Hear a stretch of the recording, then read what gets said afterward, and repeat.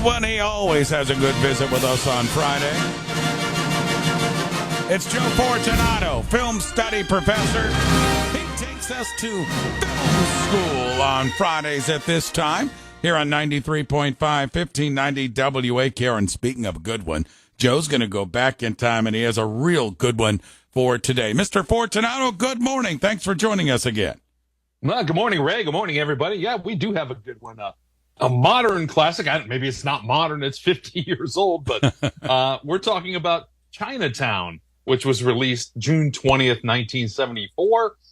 It was directed by Roman Polanski, written by the great Robert Towne, as well as Roman Polanski. Stars Jack Nicholson, Faye Dunaway, and John Huston. It won an Oscar for Best Screenplay. In fact, I think memory serves, Robert Towne was nominated for Best Screenplay like 4 years in a row during that stretch, a good stretch in the 70s for him. It had 11 nominations, which is quite a few, including Best Picture, Actor, Actress, and Director, and a bunch of other technical awards. It comes in at number 21 on the AFI's list of greatest films of all time, although Entertainment Weekly thought a little more highly of it, voted it the fourth greatest film of all time. The movie's great line, "Forget it, Jake, it's Chinatown," was voted number 74 greatest movie quote by the AFI movie quote list. Now, I mentioned it stars John Huston. John Huston was offered a chance to direct the movie, but he decided he didn't really want to. Peter Bogdanovich, who was very hot at the time, turned down the chance to direct, and he said he later regretted that decision. The screenplay itself, I mentioned, it won an Oscar, is sort of now regarded as one of the most perfect screenplays ever written, and it's very often a main teaching point in screenwriting seminars and classes everywhere. In fact, when I used to teach screenwriting, I did use excerpts of Chinatown in the class. And Robert Towne wrote the screenplay with Jack Nicholson in mind. Roman Polanski said that he wanted to stay true to the tradition of like Raymond Chandler's detective stories. So he shot the whole movie from the perspective of the main character, in that case, Jake Gittes, the character played by Nicholson. And to emphasize that point, the audience is seeing everything from Gittes' perspective. He even put the camera behind Jack Nicholson so the audience sees his back and shoulders at time, kind of looking over, looking over his shoulder, seeing what he sees.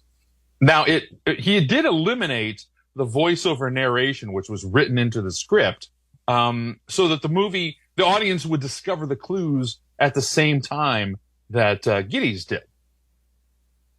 Joe Fortunato's with us, film school, and of course, today it's Chinatown. Joe, explain that a little bit more. You've intrigued me when you say it was a near perfect screenplay and how you've even used it to teach. What are the things that stood out in that made it near perfect? Well, I think it's the structure, just how everything kind of rolls out. Now, I will say, even though I've used it myself, I do think it's a little overrated. I think, it's a great screenplay, don't get me wrong, but to elevate it to, use in all these classes across the world and across the country, that might be a little much. But to answer your question, I do think it's a really good structure. The screenplay is really structured very well. The way it rolls out all of its information, introduces the character, complex characters, a number of things that make a great screenplay. I always thought that this role for Nicholson was perfect for him. It was, and like I said, they kind of wrote it with him in mind. But there was a lot of heated arguments. At one point, Polanski and Nicholson got in such a heated argument that Polanski smashed Nicholson's portable television. Now, a portable television, was small in 1974, or big, I should say. Nicholson used the television, of course, to watch Los Angeles Lakers basketball games during shooting, and that kind of annoyed Polanski. Polanski also had a run in with Faye Dunaway, who was notorious for their on-set arguments, and kind of Faye Dunaway is notorious in all of her sets. But during the filming, Polanski pulled out some of the strands of Dunaway's hair, and on another occasion, she asked what her character's motivation was, and he exploded, "Just say the bleeping words. Your salary is your motivation." And that's actually kind of a famous line. Your salary is your motivation. Talking about that character of Evelyn Mulray, played by Dunaway, originally it was supposed to go to Ally McGraw, who was the wife of Robert Evans, who was the producer, former Paramount head, now a producer. she was his wife at the time. But then she divorced him, and so she lost the role, and it ended up going to Faye Dunaway. Julie Christie was also considered as well, and Jane Fonda. So some other names that were possibilities, but it went to Faye Dunaway. One kind of funny thing is the character of Jake Gittes was named after Jack Nicholson's friend, producer Harry Gittes. And just fun fact, back when I was writing and pitching movies and stuff in Hollywood, I had a meeting with Harry Gittes, and I always thought that was kind of cool because I knew that fact at the time. The 7 degrees of Joe Fortunato, right? Exactly.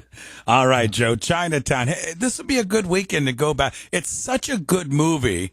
And as Joe mentioned, it's 50 years old, but it's such a good movie. It might be a good time to go back and pull that one out and give it another watch. Now, speaking of pulling one out, Joe, you and I are doing a film school again down in Gillies in December, a, quote, holiday theme that is highly debatable. So why don't you take it from there, Joe?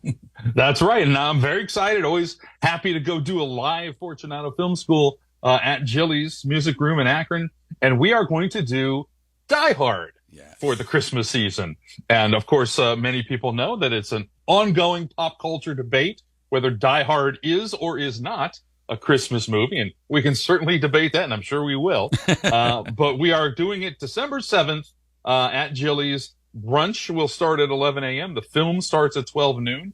Tickets are now available. You can go to GilliesMusicRoom.com on the web, or you can go to Fortunato Film School, Ohio on Facebook. And either one of those places is going to have a link to the tickets. And remember, at Gillies, the seats are reserved. So you want to get your tickets early so you can get the pick of the litter of where you want to sit. And we're going to have a great time, as we always do, and learn a lot about a classic action film. Yeah, and we look forward. We get up on stage, we do an open, we come on afterwards, and, you know, Joe and I will go back and forth a little bit, but then we turn it on over to you for some questions on the movie. We had a great time back a few months ago with Jaws. It's getting more and more popular. We really love going down there. So again, as Joe mentioned, that early part of December will be done. What's the exact date again, Joe? Is it the 7th? December 7th. Yeah, which is a Saturday. This Saturday we'll be there, and it'll be a lot of fun. Tickets available, and as Joe mentioned,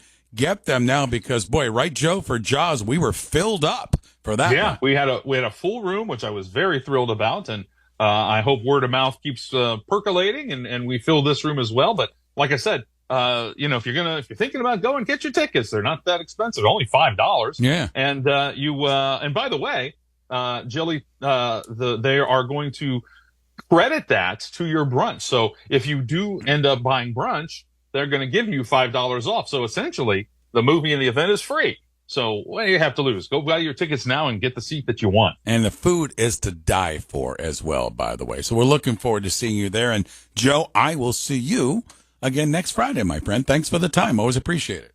I look forward to it. See you then. All right. There you go. Film study professor, good friend of mine, Joe Fortunato.